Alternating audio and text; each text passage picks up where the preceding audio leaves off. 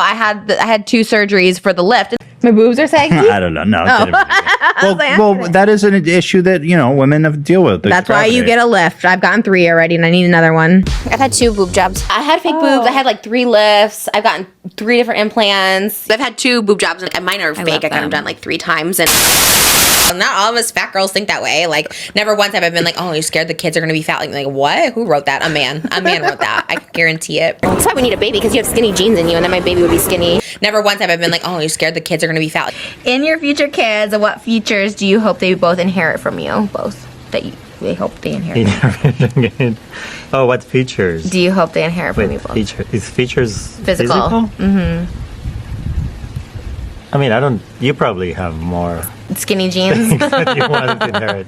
I want those skinny legs. Never once have I been like, oh, you're scared the kids are going to be fat. Like, what? What if they're like no fat people either? Honestly, probably, because a lot of the times, like, obesity is like genetic. So I'm sure that was probably what they were thinking. My friend Alexa sold her eggs, and yeah, she got a lot of money for it. Yeah. You get more money for eggs than you do sperm. Yeah. Because I think it's harder to retrieve them. That's so crazy. Probably there's so many people who want to have kids and be like, I'll take any sperm and egg. Like, give me Trish, give me Darian. Like, they probably would live for that. That's crazy. It would be a very petite baby, but... I don't know, petite. Well, I guess short. It'd be interesting, that combination. I don't know what that would look like. Yeah, because he has the metabolism of a freaking 12-year-old, so... Oh, yeah. I do love that. Yeah. I would want to know that before anything else. I'd be like, okay, can they eat whatever they want and stay skinny? Yes, absolutely. Never once have I been like, oh, you're scared the kids are going to be fat. Like, what? I would want to know that before anything else. On Wonderlust. She was so nice. She was actually so nice. And you always hear that she's kind of like standoffish or cold, but I did this movie called Wonderlust. My scene literally got cut. This one I actually had like a line with Joe Lo Truglio. I was supposed to be like his wife on the cover of a book. And there is a book signing scene at the end, but like they never showed it. But anyways, I was in the trailer and they were doing like my makeup and everything. Like this was like a big deal. I was more than just an extra. Well, I was like a featured extra, but still. Jennifer Aniston was in there and she was getting her hair and she was talking to everyone like so nice or whatever, and she was offering everyone seaweed and she's like, do you want some of my seaweed? And I took it. The movie Wonderlust in the makeup trailer, and Jennifer Aniston and like Paul Rudd and Justin Theroux, well, Paul Rudd was very nice. Justin Theroux and Jennifer Aniston were just like, whatever. They were like totally like snobby and stuck up. She was actually so nice, and you always hear that she's kind of like standoffish or cold. Justin Theroux and Jennifer Aniston were just like, whatever. They were like totally like snobby and stuck up. Jennifer Aniston was very nice and she offered me her seaweed. She was eating some seaweed and she goes, would you like some, in the makeup room? So she was actually super nice, and I always hear like she's not that nice, but she was actually super nice. To make it seem like I'm above people because I said I was scared to go, or that I don't go to downtown LA. That's a hard rule that I've always had.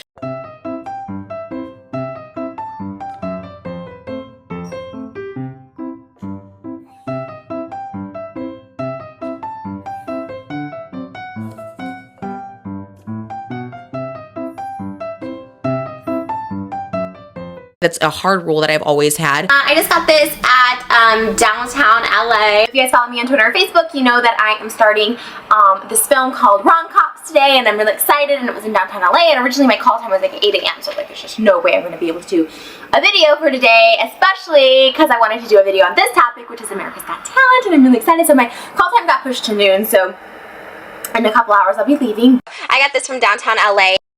So these are just some diamond encrusted jeans from downtown LA.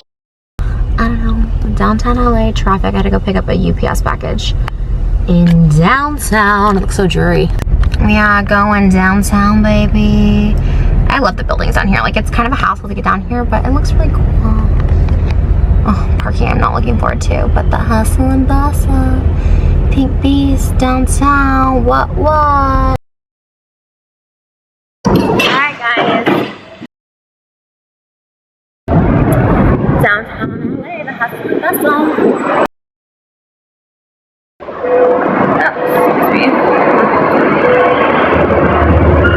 I feel like I'm like a work person out here. It's so exciting. Downtown LA is kind of sketchy, but sometimes the buildings are really, really nice.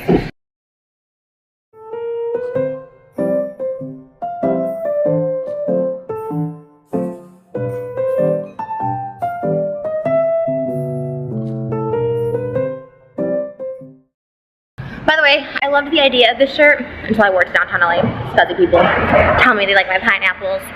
Alright guys, we are now in downtown LA, headed to another meeting. Style Hall meeting was successful. We are now in downtown LA. It's a bitch to drive in, but it is pretty.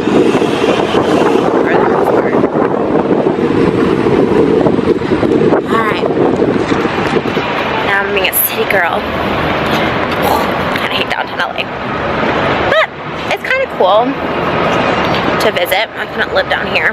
Simpson in downtown LA. Hi everyone, what is up? I'm in downtown LA because I'm about to go film a podcast. And I just ran because I'm in downtown LA. So I was like, ooh, downtown LA, there's Capitol Girl. I really hate leaving my bubble of a house. I really hate leaving my bubble of a house, especially by myself without my husband and just by myself in general, especially by myself in like this full, I have like a full pink outfit on and I just feel, especially downtown LA, it's sketchy, it's a lot, but guess what I got? I did go get Capitol Girl. I have to get coffee because I have to make it through. I'm going to drive into LA today, downtown LA, on top of that. And to Rosanna flip it, be like, oh, she's so above it to not go to LA. Like, I don't like that she won't drive to a certain location. Well, Rosanna, I had a really traumatic sexual experience down in downtown LA. From the ages of 18 to 21, I've had 3 sexual experiences happen in downtown LA. The violent crime has risen down there. That's why it's me feeling unsafe. And you've felt unsafe in the Mr. Beast thing, Tana felt unsafe. Like, people feel unsafe and it's okay. It has nothing to do. There was nothing I said about the people of downtown LA, the location of downtown LA. It's what I've experienced. It's the violent crime rising that's happened down there. And I just said that I just won't shoot down there. You know, we've been filming a lot too, and I didn't get home until like 10 o'clock last night. My mom came with me. We were filming in downtown LA. I don't go to downtown LA. That's a hard rule that I've always had. I wanted to be on Rock of Love so bad, but can you believe that I actually was too young to be on the show? I was just about to turn 21 when they started filming season 3, but I was not old enough yet. You had to be at least 21 because they wanted to give you alcohol. I auditioned for season 3 because I was finally 21, and I auditioned for season 3 and I got cut. They told me I wasn't outgoing enough. I was about to turn 21, like literally I think the day they were going to start shooting was going to be my 21st birthday. So I auditioned when I was 20. But they told me I wasn't outgoing enough. Here's the real tea. And I don't blame any of the people at casting or anything like that. But I remember them asking me questions like, oh, would you get naked on camera? Not like then and there. They're just like, oh, like, what's the craziest thing you've ever done? They were like me now, but I was such a prude. They would be like, oh, like, what's the craziest sexual thing you've ever done? And like, how wild are you? How competitive? What's the craziest fight you got in with another girl? And back then you guys got to understand, I am non-confrontational. Like, I know I'm drama and I know people think I'm like full of like conflict and stuff like that, but I'm actually a non-confrontational person. And, I don't like fights. I don't like competing against girls. This is why I didn't get on. I was like, I don't like competing against girls. I was about to turn 21, like literally I think the day they were going to start shooting was going to be my 21st birthday. So I auditioned when I was 20. I auditioned for season 3 because I was finally 21, and I auditioned for season 3. I was about to turn 21, like literally I think the day they were going to start shooting was going to be my 21st birthday. So I auditioned when I was 20.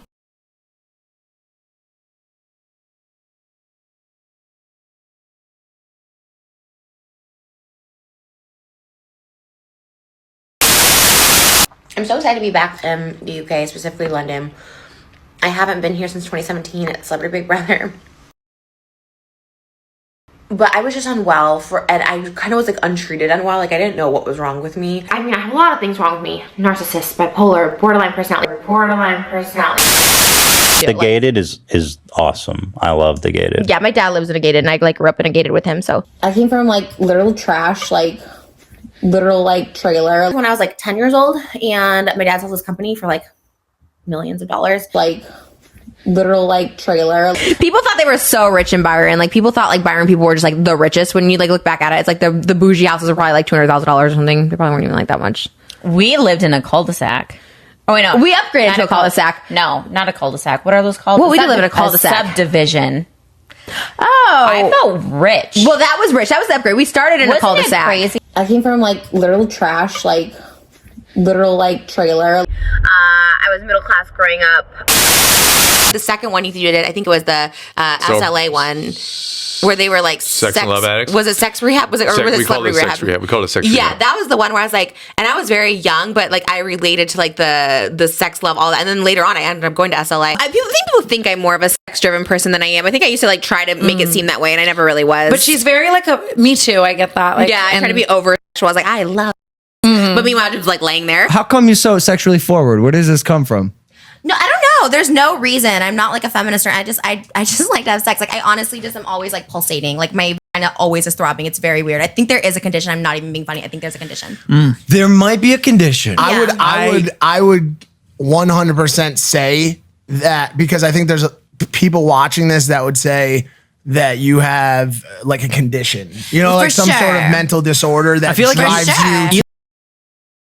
Something in your brain is wired different where you cannot operate in a normal capacity without just constantly getting down. You know what I'm saying? No, for sure. I get really angry. Like my last boyfriend, I was always threatening to break up with because he like wouldn't have sex with me like 6 times a day. Who was it?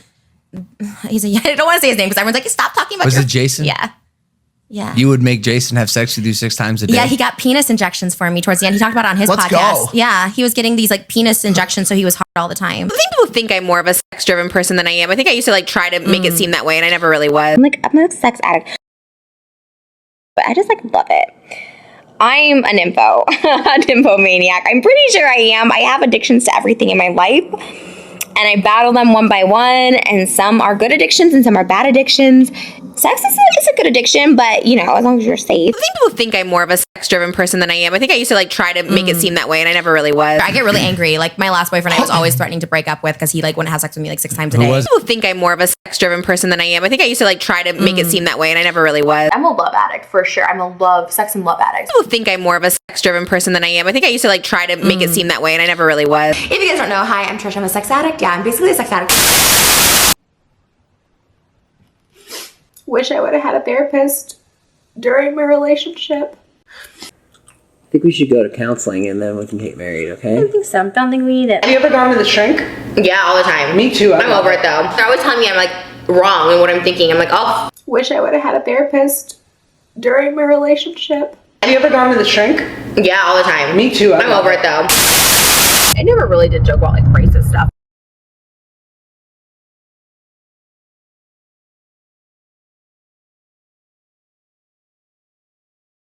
I never really did joke about like racist stuff. That's Michael Jackson. Like, are you gonna dangle a baby? No, baby. That's hilarious, though. See, I did that. find shit funny. I got canceled. I did it on my balcony because I just thought it was kind of funny. Like, not my with real Malibu? baby. No, a doll.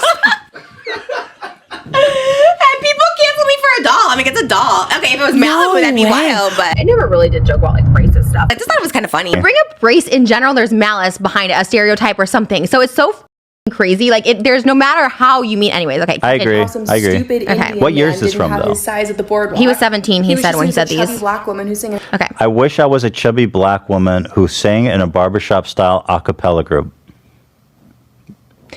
Okay. Here's my take. To just put race into anything, there's some stereotype you're trying to project with that. Like, it doesn't need to be said now. You know what I mean? It doesn't need to be said like ever.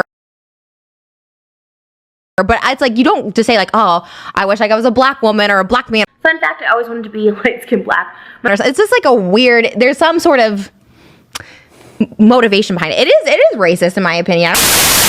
You guys know you guys know I like never made money off of my music. Like it cost me money to like pay the producers and all this stuff like that. And then of course my music videos cost hundreds of thousands of dollars. Music, we were talking about this earlier. Music's like my main source of income, like believe it or not. So it's like I feel like you should do that. Like it's cheap to make and put it on iTunes. You'll always be making money.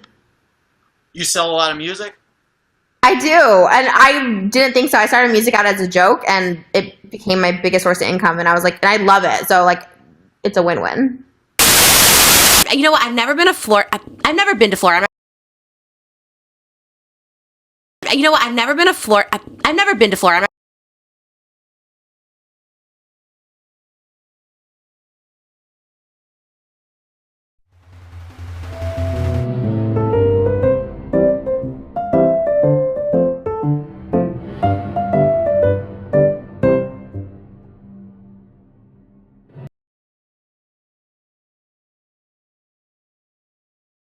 I've never been to Florida. Have you ever been to Disney? Florida, yes. I love it. Especially Florida. Those hotels, because it's in Orlando. I went once to go to Disney World. And I did love it. I don't go to Florida. Florida seems cursed. And I did love it. I don't know. Every time I go there, I've only been once. I feel like I'm slowly dying a little bit. Really? Yeah. Why? Maybe the air. It's humid. Yeah. I was gasping for air. I don't like the humidity. Epcot, I was I literally thought oh my God, this is where I'm going to just pass out and die.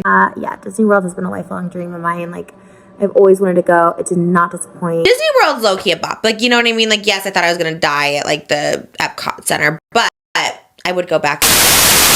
That's love versus infatuation for me, I think. It's when you love all of them. Yeah. Even just the bad parts, the nasty parts, the gross parts, and you don't question it. Yeah, and then when they also can care for you and your worst. I don't think I've ever had anyone take care of me when I was sick or anything. They would just be okay, I'll see you tomorrow or something. And it's so I think all that loving you in your worst. He always took care of me, always. In these past 3 months, I've struggled with substance abuse and alcohol abuse, and he still is taking care of me, and it just...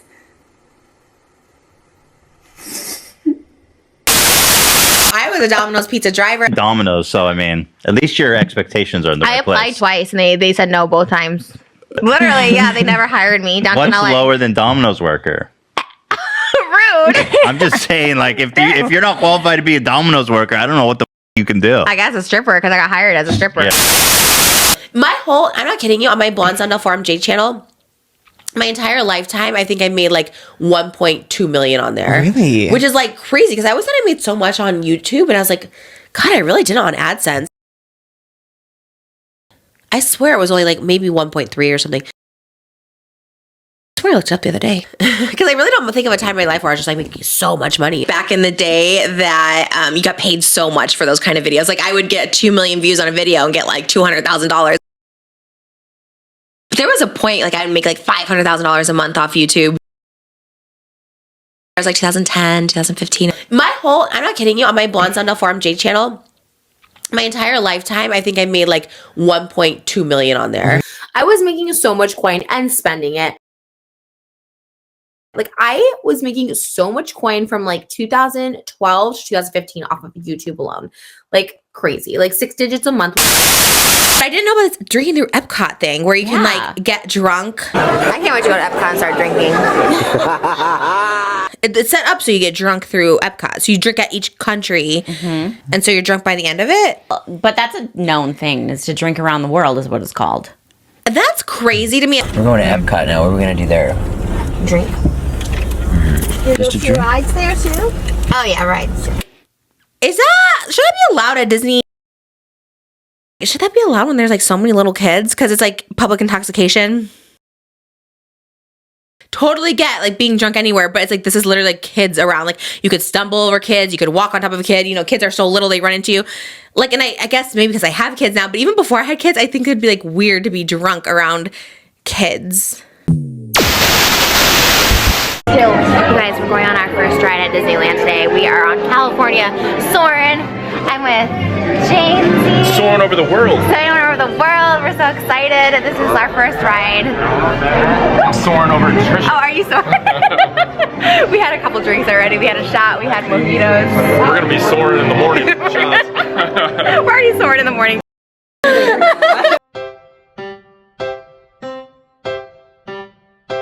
Oh my God, I'm so Going scared. on a roller coaster. We get to go on the Ferris wheel. Make sure we're not drinking before that. I was a hater, but I wasn't a mean girl. Do you know what I mean?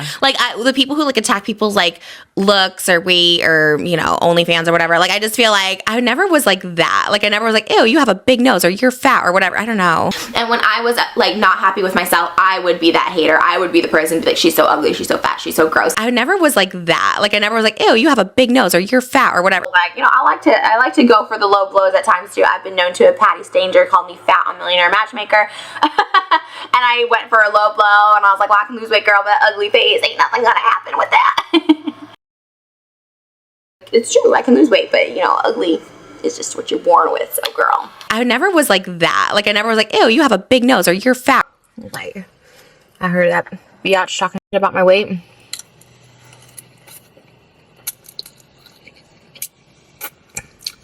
I know. In her words, as she referred to me, if that will, she is now part of the Ocean Club. I never was like that. Like, I never was like, ew, you have a big nose or you're fat. He once DM'd a fake girl that he never met that was a catfish that we found out was catfishing him with fake photos. She was actually a big fat bitch from Chicago and was catfishing him as a skinny supermodel. I wouldn't make fun of somebody for that. And obviously appearances. I'm not here to talk about anyone's appearance. Seriously, like, I'm not even trying to be mean, but I'm going to be mean because he was an effing a-hole. Like, it's always the ugliest, chubbiest MFers who has something to say about a gorgeous, curvy woman who's, like, in shape and has a nice figure. Guys just really think they're the prize. They really think they're the prize. The most below mid, ugly dogs think they're the prize. Dating shows, whatever, my thing. Yeah. I like watching them, could never be on them. I auditioned for every dating show. I did one dating show. It's called Who Wants to Date a Comedian? Dating shows, whatever, my thing. Yeah. I like watching them, could never be on them. I wanted to be on that show more than anything in the whole world. Hermes and Birkin, which can cost $15,000 a bag. And to be honest, even if I had that kind of money, I don't think I could justify spending that much on a purse. Unless I was like Bill Gates, where it's like my money will never run out. Can I see your $70,000 purse? Oh, yeah. I was very proud. This is the first time I'm like wearing this out because we never leave the house. So I'm like, let me bring it to your bougie family. Why is this a $70,000 purse? It's one of a kind, pink crocodile. Can I say, and I don't mean any offense, but it does look like a $70 Goodwill purse. Definitely ugly. To me, art is like a Birkin bag, right? People who paint, I'm like, why? Why would you spend millions of dollars painting? Oh. Move the Birkin over because honestly, Birkins are a little overrated. How many Birkins do you have? I just sold a few actually, which they go up in value. When I was doing OnlyFans, making all that money, I think I bought like 10. I went crazy. Well, you should. I think it's a great investment. They were. Money. I bought a crocodile one for like 70,000 and it just sold for 150,000 on first dibs. So literally doubled. Yeah. Like I sold a Birkin bag and like in like December, like, and I made like $30,000 profit on that bag. Like Birkins hold their value. How many years ago did you buy that one? Just like 2 years in the pandemic. It doubled in 2 years. Mm-hmm. And I made like $30,000 profit on that bag. It's more of a thing.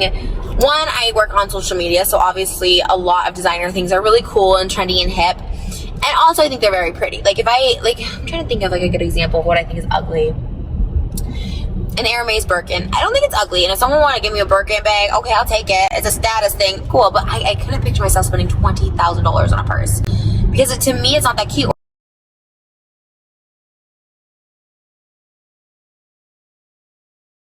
I was on a Birkin kick, but now I hate my Birkins and I try to sell them and nobody wants them.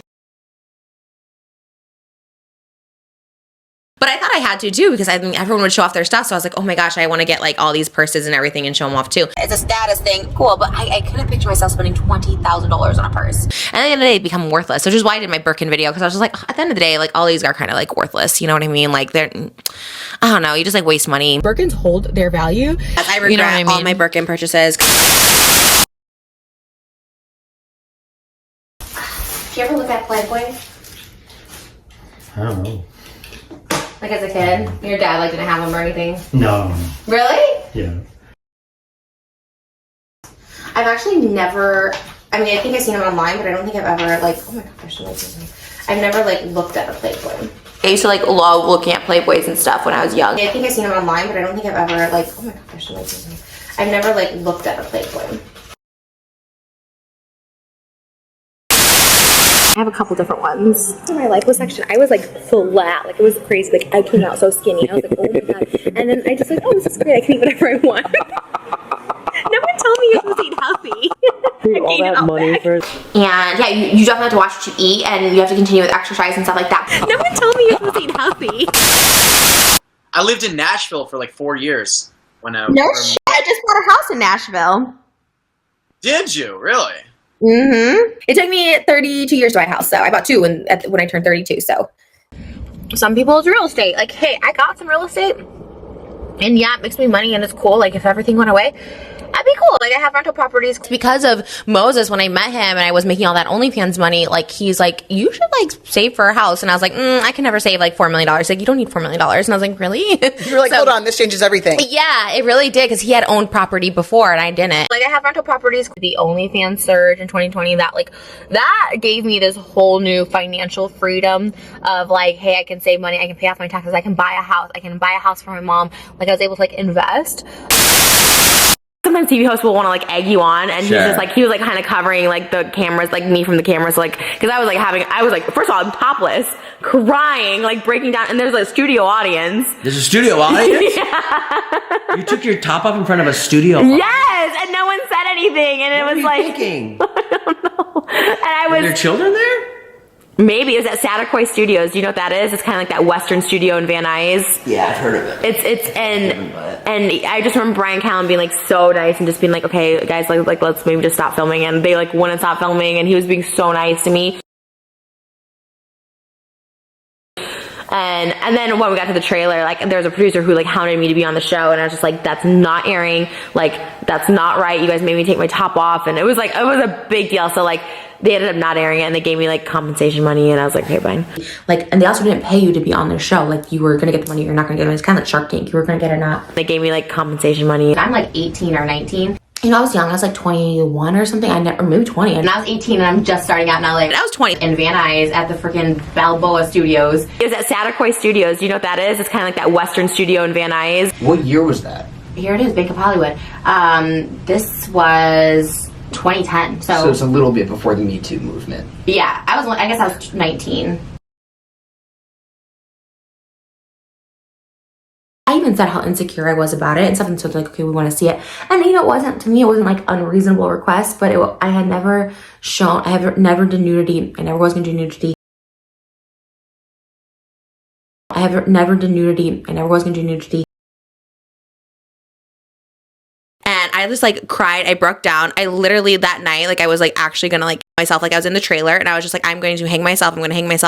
And this is on E, right? And even E had like enough, like I signed already, like a release, like they could have aired it, whatever. Even E was like kind enough to be like, oh, you know what? Like maybe we shouldn't air this because this girl is like literally like about to like hang herself. They gave me like compensation money and I was like, okay, fine. And I literally that night, like I was like actually gonna like myself. But Patty did that to a lot of people. What is this? Where's she? They were nasty to a lot of people and not just me. So, you. I saw that clip too and I was like so angry again because I was like, that was actually the show I was most humiliated on, even more than the Bank of Hollywood, which like made me show my boobs and then they're like, haha, you don't get the money. This one was like extra mean. Ellen, another really great experience. I love Ellen, first of all, and it was really cool, and she was like super sweet.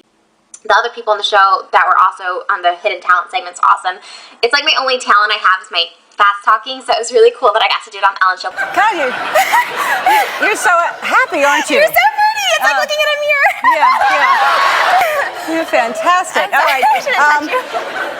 You're going to read really fast. Yeah. I'm scared of that. Thank you, Trish. I love you. I love you. Thank you. I love you too. Ellen is a bitch. Really? Yeah. When all that stuff started coming out, I was like, that makes sense because she was so awful. She was like super sweet. Like literally Really? would not talk. They tell her don't look in her eye and then They told you that? Yeah, they're like don't look in her eyes. Don't touch her. So in this clip I say, oh, I'm not supposed to touch you because I go like this and I'm like, oh, I'm not supposed to touch you. Like you hear me saying it because before they're like don't Oh, and they think you're a weirdo, but they're the weirdos. Yeah, they're like if you touch her you'll be escorted off like mid-show, we don't care. Ellen was amazing and everyone was super, super sweet there too. Hey, Don't people hug her and stuff when they go up there? Maybe like audience members. Did you touch her or it didn't happen yet? It's right here. See, I'm touching her right now. Okay, let's see. Fantastic. All right. You said I shouldn't touch you. Really fast. Ellen is a bitch. Really? Yeah. Like when I was on the Ellen show, like she wasn't like mean. She wasn't like, okay, get this fat bitch out. Like nothing like that. She was just very cold. She was so awful. Ellen was very cold as well. Like it was definitely like, don't talk to Ellen. She's not going to talk to you in between. Because like in between commercial breaks, like even Dr. Phil, we had a commercial break. So in between, we're just like sitting there. Ellen was canceled. When you were on it, I was on it? When you were on it, did you have like a bad experience or was it just like whatever? Because you were so like on and off. Yeah. I mean, it really was just don't look at Ellen. Really? Like don't look at her. Don't touch her. She was so awful. So in the clip, when I'm like doing the fast reading video, I literally touch her arm or something. I'm like, oh, you're so pretty or something like that. And I'm like, oh my God, I'm not supposed to touch you. I literally said, I'm like, oh, I'm not supposed to touch you or something. And because they were literally big, like, do not touch her. No do not look way. at her. Like, you'll be escorted off. Like, it was so. Don't look at her? Yeah. Yeah. That's so weird because that was one of the things that people would always ask me about Mariah, like if it was true that you can't look at her. And I was like, no. Isn't that crazy? So weird. No, but they say that with a lot of people. A couple other shows I've been on, they've said that.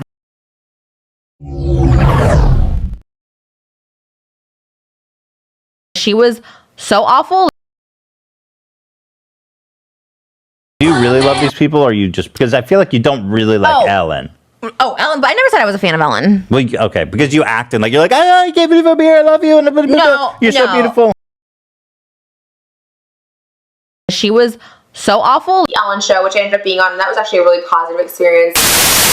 For some reason, I got branded that way as like the sex worker. I don't know why. And there are sex workers out there. I've been one since I was 18, even a little bit before that. And I'm 32 now, so my whole life I've basically been a sex worker. Even doing like 6 years of just clean YouTube, I've always talked about my slutty stories, sex working stories, Adam and Eve, masturbation, all that stuff. So I've always kind of been in that field my whole life. For some reason, I got branded that way as like the sex worker. I don't know why. And ultimately, I think I wanted to just be completely out there and like vulgar and present myself that way, because a lot of my early videos too were just overly sexual and sexualizing myself.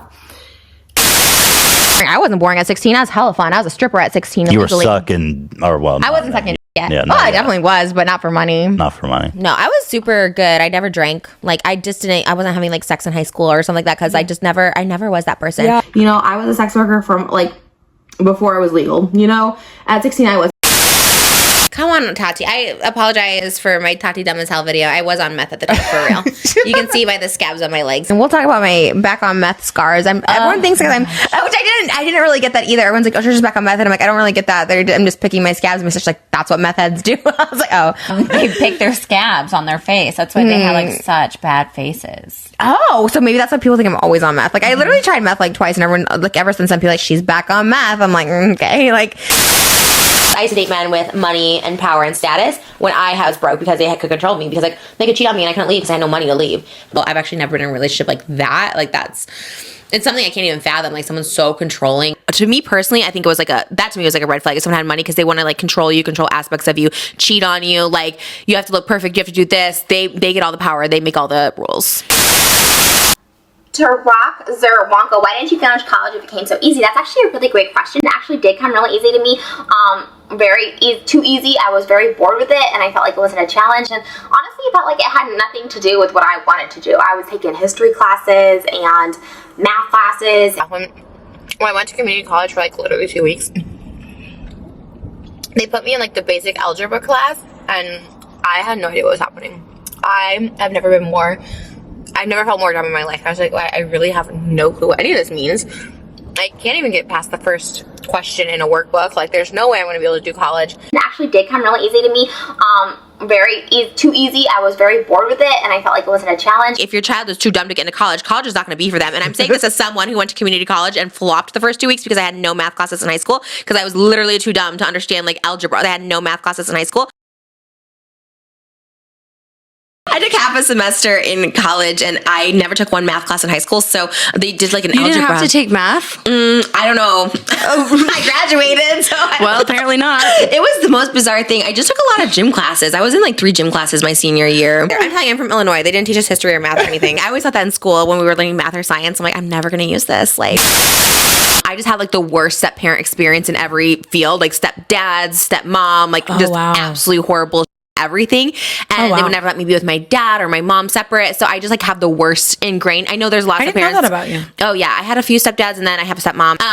Still like, I'm 36. I'm still like traumatized by it. And they love you. And they're so helpful. Yeah. I would think you like don't know your parents or something. I don't know. That's right? great. So you were loved. And then what happened? I wanted to have like a upbringing like that, you know, like, why don't you guys get divorced or something, you know? Right. Yeah. Same. I always thought I wanted more drama. They were divorced, but I thought I should have more drama in my life. Yeah. I was just so traumatized by stepmom and stepdad. Same. I always thought I wanted more drama. Still like, I'm 36. I'm still like traumatized by it. I used to love Bumble, but I haven't been on a dating app in like a really long time. Like literally like 8 years. When Moses and I broke up one time, well, we weren't really dating, but when we weren't talking, when he was avoiding me, I went back on the apps and I found him on Bumble and I swiped right. Really? Yeah. And I don't know if it matched actually, or did I just send you a screenshot? I don't think it even matched. I was like, hey, look what I found on here. Were you on it or you just didn't delete your profile? Or were you on it? It's the same thing. Like I thought you just delete the app and that was it. But after that, I learned you have to go into the app, deactivate the whole thing, then delete. So I had to actually download the app again, deactivate it. So you weren't on there. No. Because I was like, oh, wow, look at this on here on the dating apps already. Like, we weren't officially dating. Technically, we never broke up. We weren't dating, but this is when he was ignoring me. And I just saw him on the apps. I was like, oh, and then I swiped right. And I was like, damn, no match.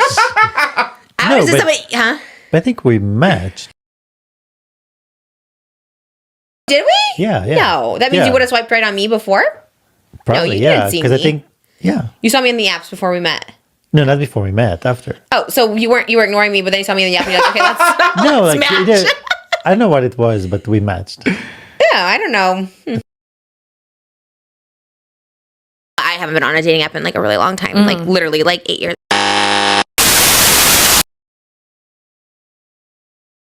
I think strippers are so glamorous. I felt like stripping and escorting, you know, would give me the attention and the money that I thought I needed and wanted in life, and it didn't.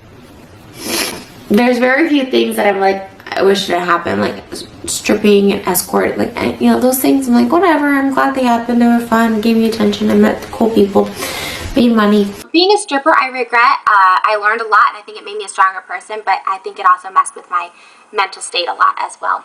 Stripping, I think, is it was kind of traumatizing for me, but I think under the circumstances of like what was happening in my life at the time, I think it's maybe the most harmless of sex work. I live with regrets today and for the rest of my life with stuff that had to do with me dancing in clubs around LA. Dirty clubs, nasty clubs, all that stuff like that. And it's awful. It's terrible. There's nothing glamorous. There's nothing glitzy about it. But it's actually really awful. You get into drugs, you get into really nasty habits. I've seen a lot of girls go through a lot of stuff that that traumatizes them, and I've been traumatized. Have you ever done escorting? Hell no. No. I miss that kind of, but I don't miss like the fear of it. But I like the excitement. Too scared.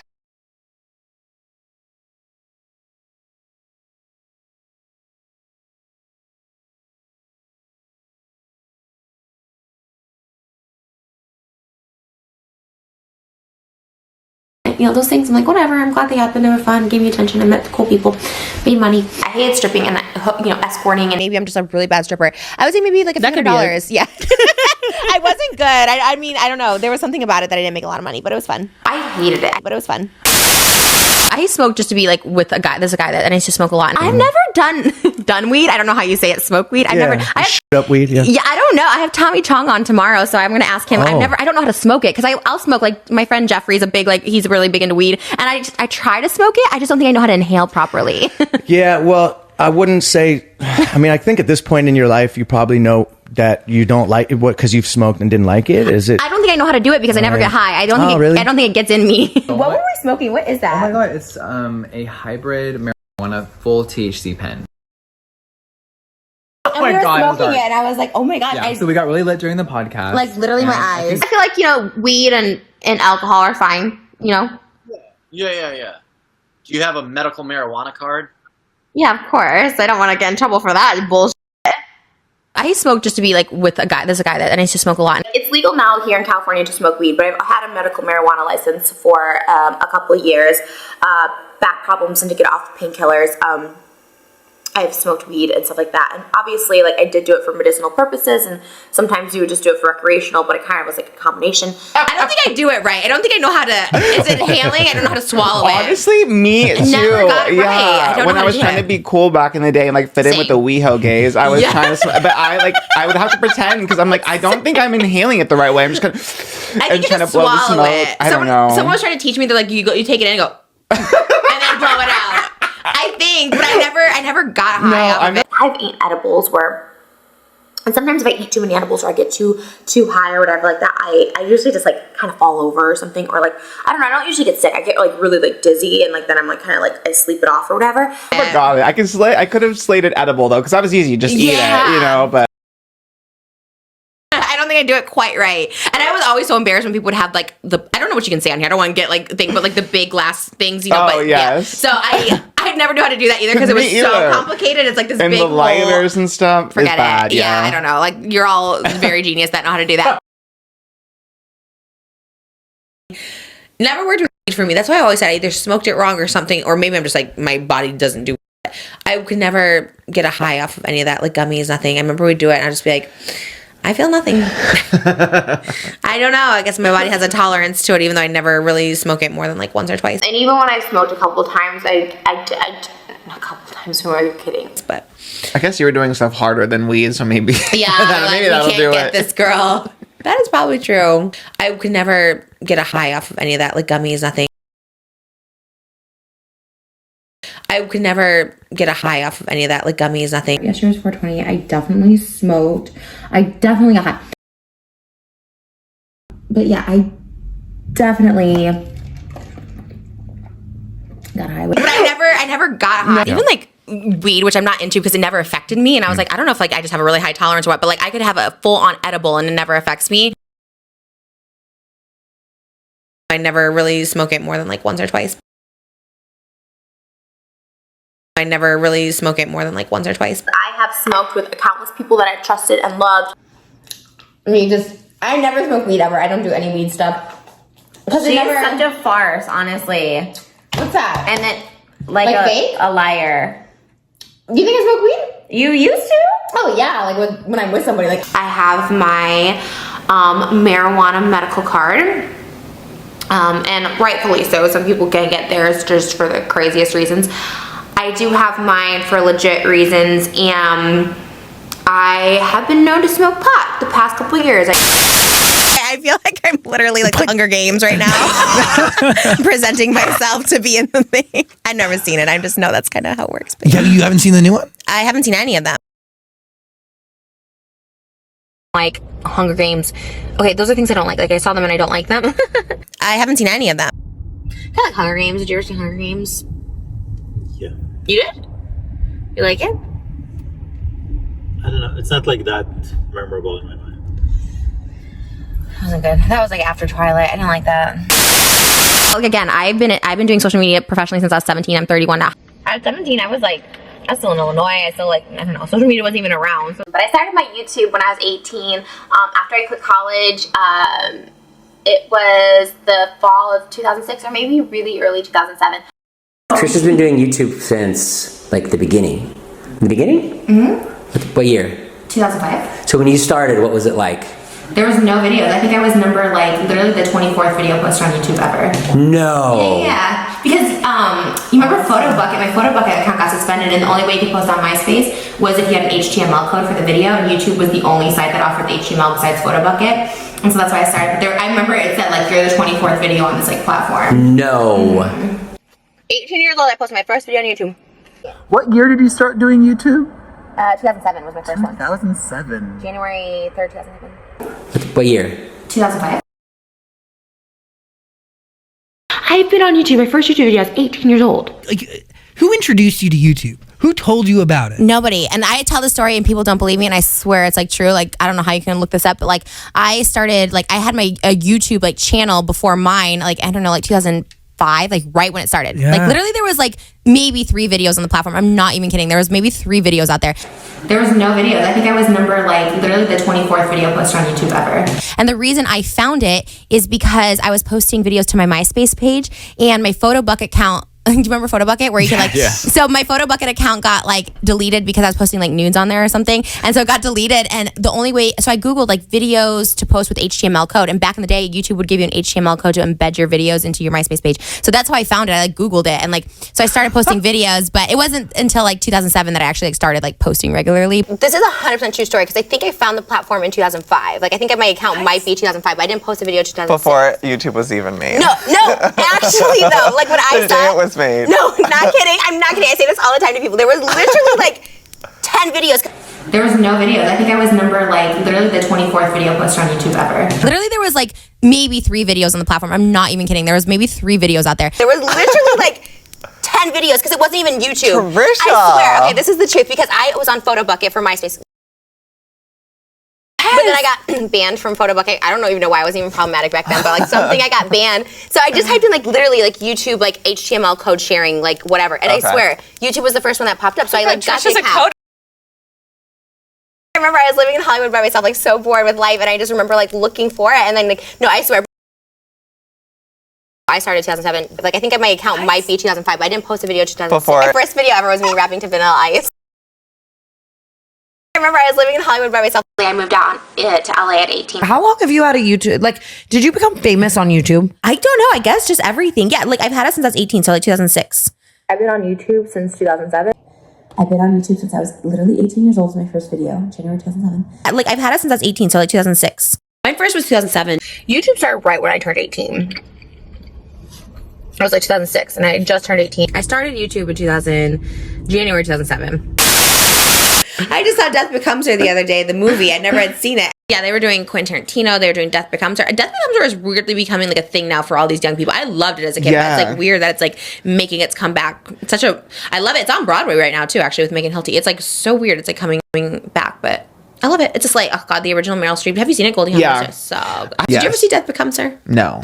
But I know Taste was inspired by it. No, same. I knew it too, and I never even saw the movie until I saw the Broadway show, and I loved the Broadway show. Then I watched. Oh, so you just saw it recently? I did. I just saw Death Becomes Her the other day, the movie. Did you have Blockbusters when you were a kid? Yes, of course. So I would go into like the video rental places, and I would see the poster because it was such like a poster. It was the one with like the hole between the girl and like there was like a candlestick, and I always thought like that looks such a weird poster, and the one head is like turned around. It's Bruce Willis, Goldie Hawn, and Meryl Streep. So it's like it was big. I remember thinking it looked weird as a kid, but it's pretty good. But I loved it as a kid. Yeah. I never even saw the movie until I saw the Broadway show. I just saw Death Becomes Her the other day, the movie. I never had seen it.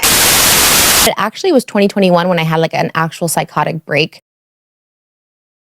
So I had a psychotic break in September of 2021. What happened?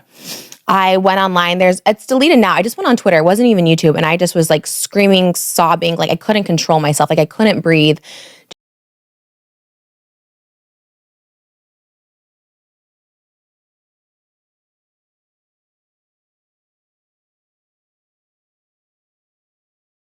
So this one was just more intense. And then when I had the actual psychotic break, like this is when I'm full on like I had checked myself in. I don't know if I talked about this, but it was not a big deal. Like I checked myself into more of like a retreat, like I don't want to say it, but there's like a really nice one that you can like check into, and it's more of just like a break. They kind of like take your phone and you kind of just like a break from social media, which is kind of all I needed. And kind of when I am in my head now, I just like kind of like don't look at my phone for a couple days, and actually helps. First and foremost, I want to apologize for my posting my psychotic breakdown. I had a snap, and I snapped, and I didn't know what to do, and I was uncontrollable. I was out of control, and luckily Moses had come back, and I was able to gain some sort of self-control because I felt helpless at my wit's end. I checked myself into more of like a retreat. I came this week off of having a psychotic breakdown, which luckily didn't last too long, and I did not get hospitalized for it, so I'm thankful for that.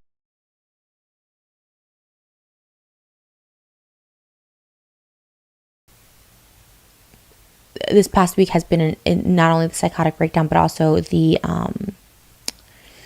anxiety attack last night. It seems odd to not film. I could have gone this week not filming, but I was like, let me just, let's put some makeup on today. Let's try it. Let's attempt this. And it's early in the morning, so I just came off of a psychotic breakdown 3 days ago, and then yesterday I had a massive anxiety attack. I checked myself into more of like a retreat. I came this week off of having a psychotic breakdown, which luckily didn't last too long, and I did not get hospitalized for it, so I'm thankful for that.